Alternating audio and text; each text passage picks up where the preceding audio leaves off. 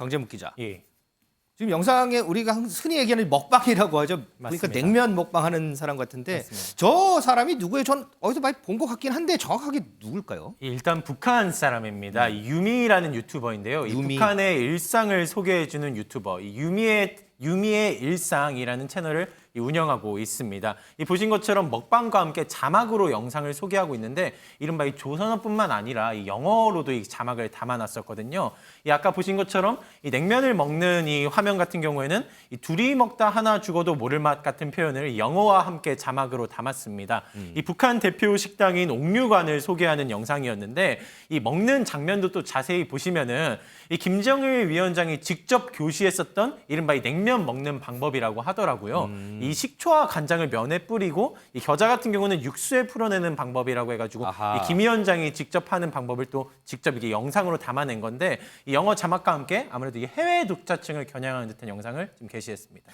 윤지 기자님, 이 유미라는 유튜버가 제작한 영상 꽤 되죠. 저 제 기억에도 예전에 아이스크림 먹는 건가요? 그런 것도 한번 본 것도 같기도 하고요.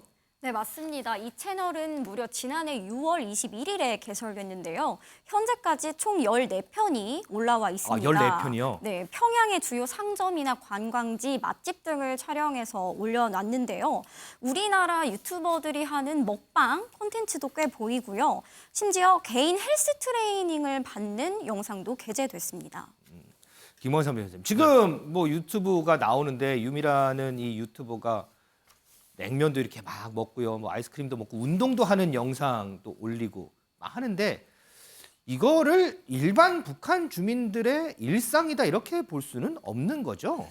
일단 뭐 우리가 아는 바와 같이 그건 아니다 그렇게 봐요. 그래서 저희 유튜브 자체도 상당히 이제 짜여진 대본에 의해서 이루어지고 있는 것이 아닌가 싶고요. 우리가 하는 먹방과 굉장히 다르잖아요. 굉장히 우리의 먹방은 막 자유로우면서 어떻게 보면 굉장히 수다를 떨면서 모든 말을 하면서 하는데 저는 상대의 언어도 이제 정제된 언어를 쓰고 있거든요. 그다음에 이제 먹방하는 장소가 바로 북한 당국이 특히 챙기는 식당 옥류관 아닙니까? 네. 그 먹으면 사실 자유롭게 먹어야 하는데 김정은이 교시한 그 내용대로 먹방을 한단 말이에요. 그럼 저거 자체도 사실은 의도적이다 이렇게 볼 수 있을 것 같고 아마 이제 코로나랄지 이런 것으로 굉장히 어려운 경제인데 북한 경제인데 이제 그런 것들을 좀 타개하기 위해서 우리 이렇게 자유롭다 그렇게 맛있는 곳이 많이 있다 이런 거에 대한 어떤 이미지 이런 걸 주기 위한 것이 아닌가 싶습니다. 장윤 변호사님, 네. 이게 제가 궁금해서 그런데 이 유튜브라는 매체가 이게 열린 매체잖아요. 그렇죠. 그런데 이제 지금 우리가 지금 소개하고 있는 이 컨텐츠는 북한에서 제작을 한 컨텐츠란 말이죠.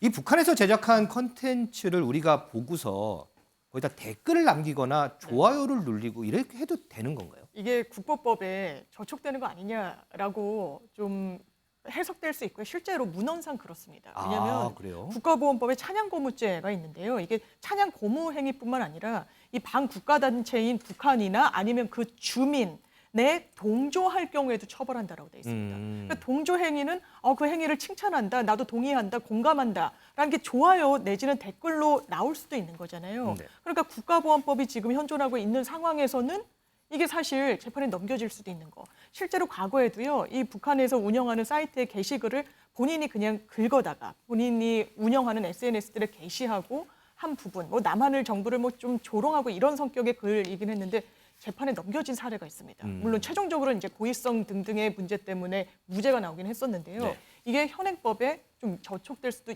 있는 것으로 해석될 여지는 열려 있습니다. 그러면 우리가 이제 유튜브를 보다가 어떻게 이제 알고리즘이라고 그러죠. 그것 때문에 떠서 나오면 그냥 한번 쓱 보고 말아야지 거기다 댓글을 단다거나 좋아요 누르고 이러면 안 되겠군요. 제가 봤을 때는 이게 고의성이 있어야 되기 때문에 좋아요 정도로 찬양고문 내지는 동조의 고의가 있을 것이냐라고 최종적으로 법원 판단까지 받진 못할 것 같지만 적극적으로 댓글을 단다거나 하는 행위는 더 위험할 수 있습니다. 알겠습니다. 자, 강재묵 기자, 우리 예. 북한 얘기하고 있으니까 하나만 짚어볼게요.